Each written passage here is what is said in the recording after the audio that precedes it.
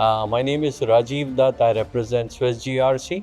I a general manager heading managing Middle East, Africa and APAC region based out of our Dubai office.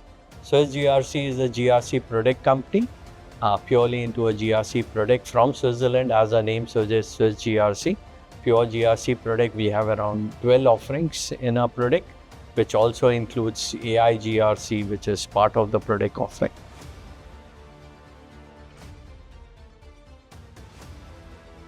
Swiss GRC is a pure GRC product company, and you're right. So we have around 12 different modules in the offering, but a client can just pick and choose which module he wants. He just wants to start his GRC journey with the risk module. He can start with risk. Somebody starts their risk journey, especially in the Middle East, they start with the audit module, right? So it's not hard and fought, and we are not forcing them to buy the complete suite.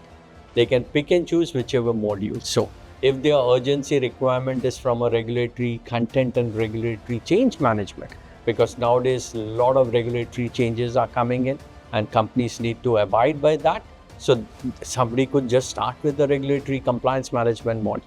So it all depends where the client is, what is their pain area, and the GRC journey they would like to start it.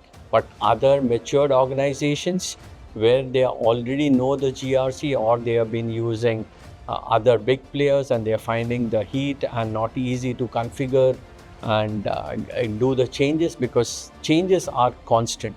And if some of the tools, the bigger players cannot do it, and they will ask you for a change request and a code change and so on. So people are moving it also from there. They're finding it asked to be agile software, because we are on a low code, no code application platform. And whatever client wants, they themselves can configure it through a configuration change management. So it's customization through configuration. That's what we help client achieve.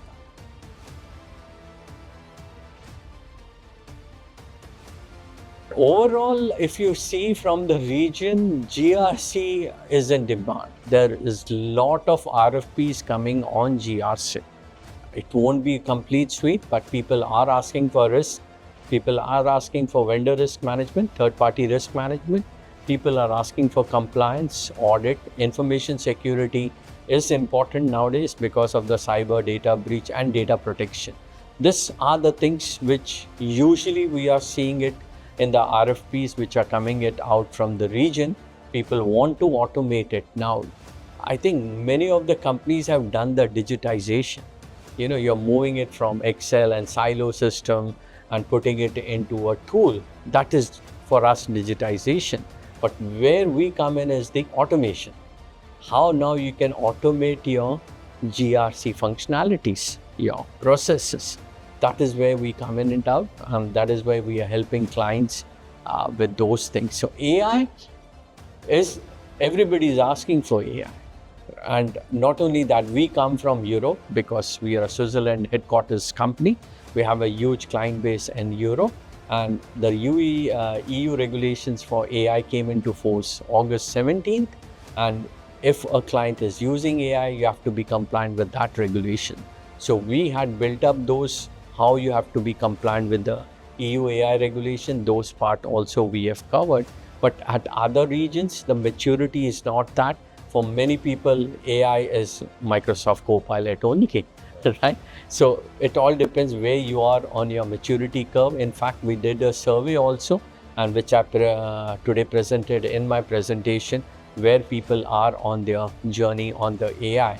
But it's a tool, it's a future which people are talking. We've already incorporated those functionalities into the product, because it can help people. If I'm doing a risk mitigation through my AI chatbot or a tool, it can tell you for a specific risk what kind of controls you need to put it. Or it can also tell if I'm following ISO and I'm following NIST standards, find out which are the common controls. You don't have to waste spending doing those control assessment again. So all that can be done from the tool.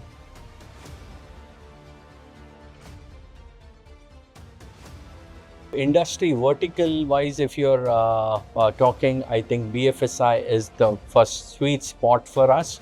The reason, as you mentioned, it is highly regulated, right?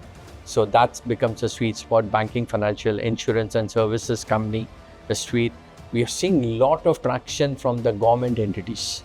They want to bring in the transparency, they want to bring in the governance angle into it, and that's the reason a lot of RFPs coming in from the Middle East region is from government and public entities doing into it. As you mentioned, healthcare, again regulated, highly regulated, also from a data privacy perspective and so on, it becomes critical. We have that. We have hotel industries using our solution because over there data privacy is the most important and critical aspect. The first thing you give when you're checking in a hotel is your passport, right? So they get your details. So we have interest clients from those industries coming in. Suddenly we see high inquiries coming in from manufacturing companies. We already got customers in Africa from manufacturing companies, in Saudi Arabia coming in from manufacturing companies showing interest on those areas.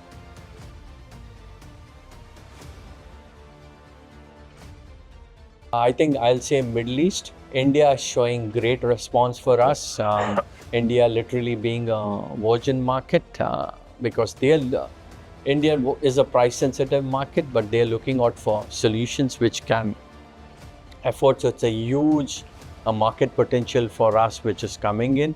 Africa certainly is looking good, especially the Eastern and the Western Africa. We got good customer from the Western Africa, and that is showing great potential out here. Again, a good market to be in. And so these are the marketplace. And if you're talking about Asia Pacific, we are currently getting inquiries. We'll be focusing more in 26 on the Asia Pacific region and making inroads out there. So currently that's on a slow burner coming up, showing interest in that region. And from this event, we have got a lot of good inquiries coming in from Asia Pacific. I hope those gets converted.